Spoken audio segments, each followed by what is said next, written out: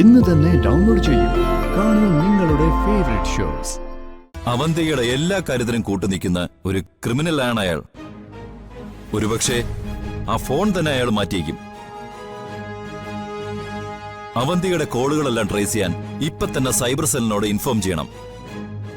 മൂർത്തി അവന്തികയുമായി ഇനിയിപ്പോൾ ഏത് ഫോണിൽ നിന്ന് കോണ്ടാക്ട് ചെയ്താലും ആ നിമിഷം നമുക്ക് അയാളെ ട്രേസ് ചെയ്ത് പിടിക്കാൻ സാധിക്കണം.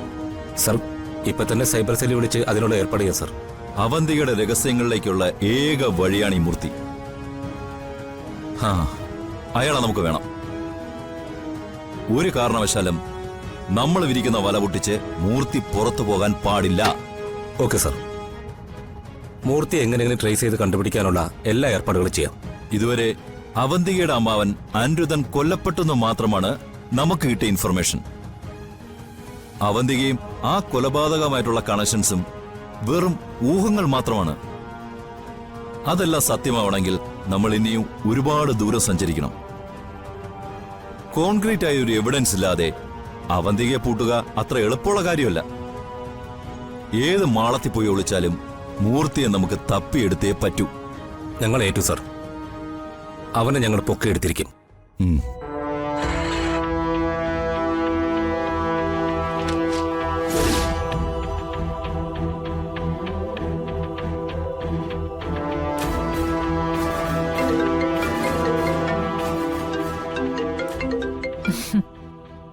ഹലോ സ്വാമിജി, ഒരു പ്രധാനപ്പെട്ട കാര്യമുണ്ടായിരുന്നു.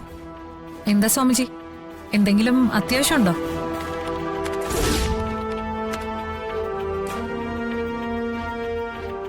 ഓർഫനേജിന്റെ വാർഷികാഘോഷങ്ങളുടെ ഭാഗമായിട്ട് ആശ്രമത്തിൽ വെച്ച് 2-3 പെൺകുട്ടികളുടെ വിവാഹം നടത്തുന്നുണ്ട്. അവന്തിക കാര്യമായിട്ടൊന്ന് സഹായിക്കണം. അതിനെന്താ, ഞാൻ മാനേജറോട് പറയാം. നാളെ തന്നെ ആശ്രമത്തിന്റെ അക്കൗണ്ടിൽ പൈസ ക്രെഡിറ്റ് ആവും. ഈ സഹായങ്ങൾക്ക് എങ്ങനെ നന്ദി പറയണമെന്ന് അറിയില്ല. നന്ദി ഞാൻ അങ്ങോട്ടല്ലേ സ്വാമിജി പറയേണ്ടത്? അത് പറഞ്ഞപ്പോഴാ ഒരു കാര്യം ഓർത്തത്. പൂങ്കൊടി മോളെ അന്വേഷിച്ച് ഇവിടെ ഒരാൾ വന്നിരുന്നു. അവന്തിക ദത്തെടുത്ത കുഞ്ഞിന്റെ യഥാർത്ഥ മാതാപിതാക്കൾ ആരെന്ന് ചോദിച്ചു.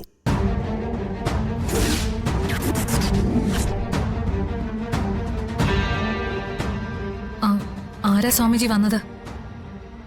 ഒരു പെൺകുട്ടിയാ വന്നത്.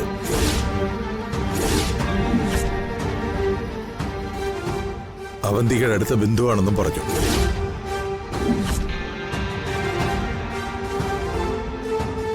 എന്തോ ഒരു പേര് പറഞ്ഞു, ഞാനത് മറന്നു.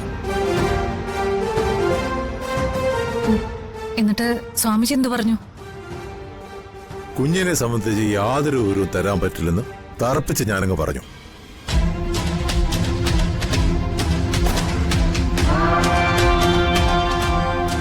പെൺകുട്ടിയുടെ പേര് അത് ഞാൻ ഓർക്കും വിളിച്ചു പറയാം.